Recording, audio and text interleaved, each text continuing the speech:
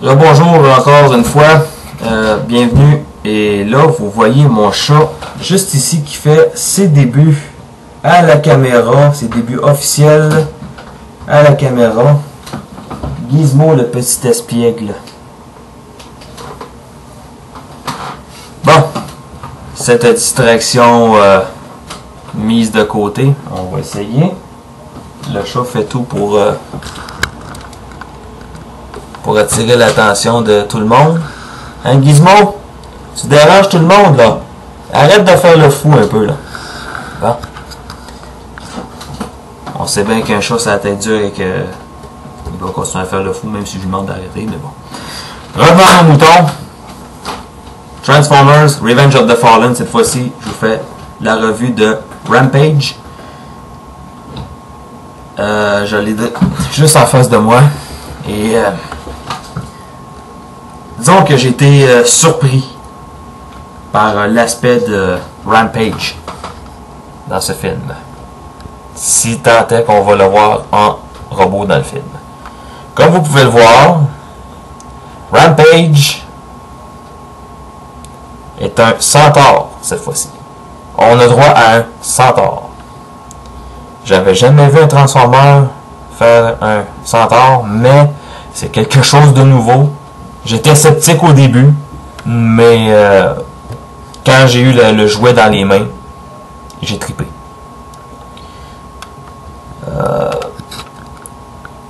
Je vais vous montrer son visage tout de suite. Est-ce que ça vous rappelle quelqu'un? Pensez-y 2 secondes. Quand je regarde cette tête-là, ça me rappelle Bone Crusher du premier film. Regardez la tête comme il faut. Si vous avez un Bone Crusher avec vous, regardez Bone Crusher. Je dis pas que c'est son frère jumeau identique. Ne vous méprenez pas. Mais la forme du visage, la forme de la tête un peu, ça rappelle vaguement Bone Crusher. Et Bone Crusher, si je me rappelle bien, dans la génération 1, c'était un bulldozer, qui est le mode alternatif de ce gros méchant loup.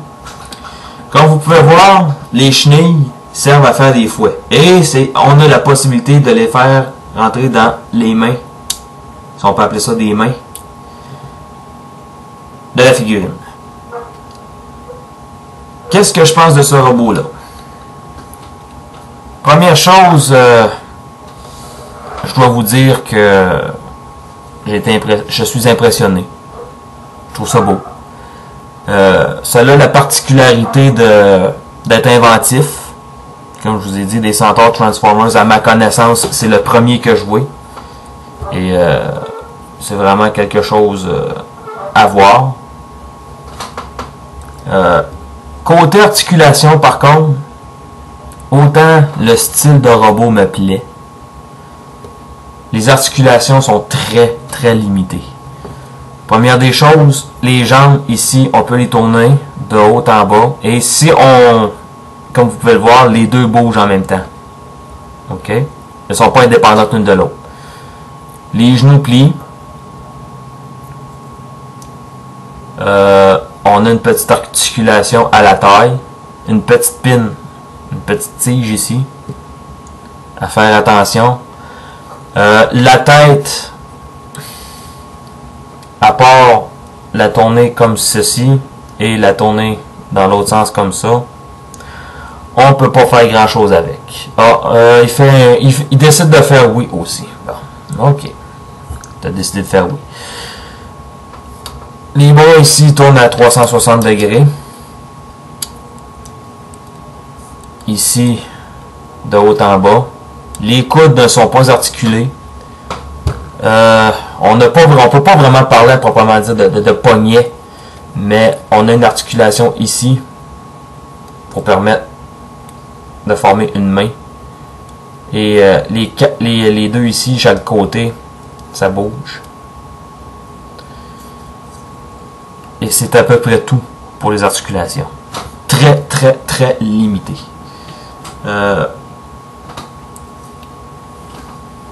On a Ici, c'est les choses hydrauliques, là, le nom m'échappe pour tout de suite. Là. De la façon que c'est positionné, on peut facilement prétendre « Oh, des canons ». Laissez courir votre imagination, c'est à vous. Ce robot-ci a un troisième mode et qui s'appelle le mode marteau-piqueur. Si vous achetez Rampage, je vous conseille soit de le transformer en mode robot et le laisser comme ça, ou le laisser en mode véhicule. Ce sont ces deux meilleurs modes. Le mode marteau-piqueur, rien de convaincant là-dedans. Là, vous me voyez fouiller dans mes affaires un peu.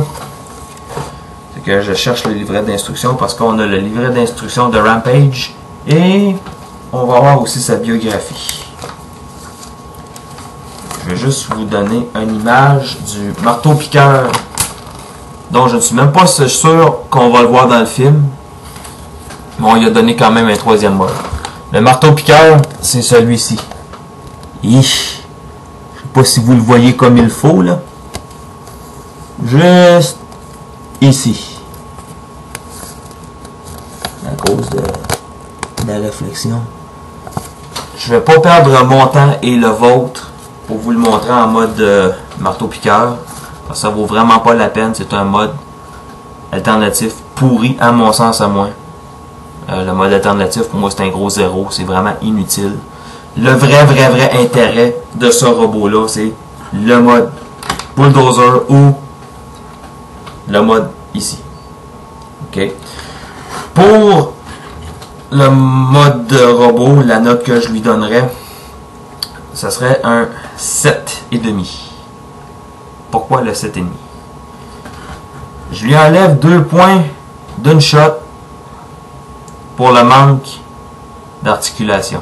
C'est très limité comme articulation. On peut pas vraiment vouloir concepteur, okay, écoutez bien là.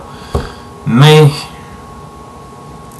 on peut pas vraiment faire beaucoup de choses avec ça. Si on veut le faire, si un enfant veut le faire marcher, ben et c'est tout.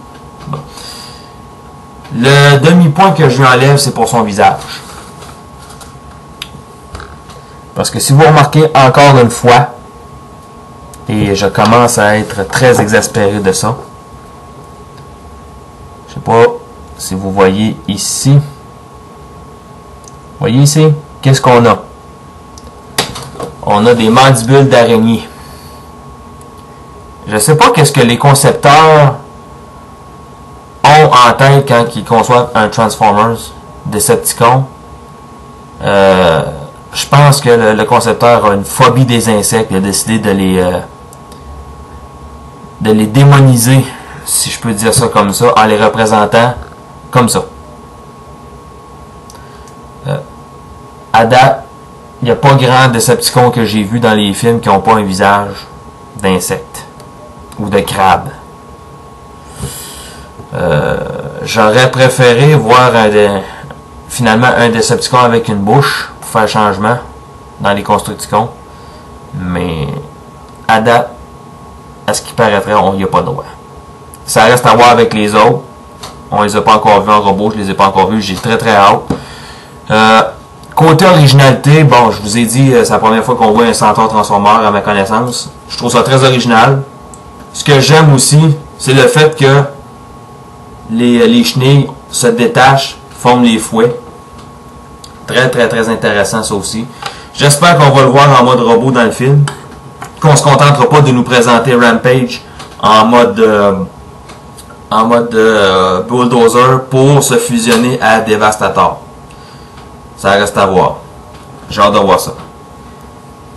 Je vais transformer ce bonhomme-là en mode camion et puis je vais vous faire une revue rapide sur son mode bulldozer. À tout de suite.